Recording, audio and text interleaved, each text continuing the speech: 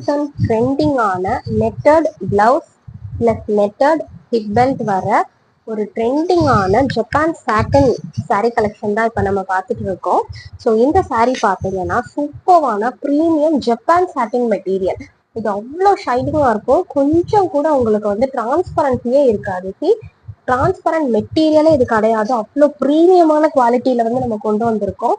நல்லா திக்கான ஒரு மெட்டீரியல், ஸ்மூத்தா இருக்கும் மெட்டீரியல் நீங்க ட்ரே பண்றதுக்கு.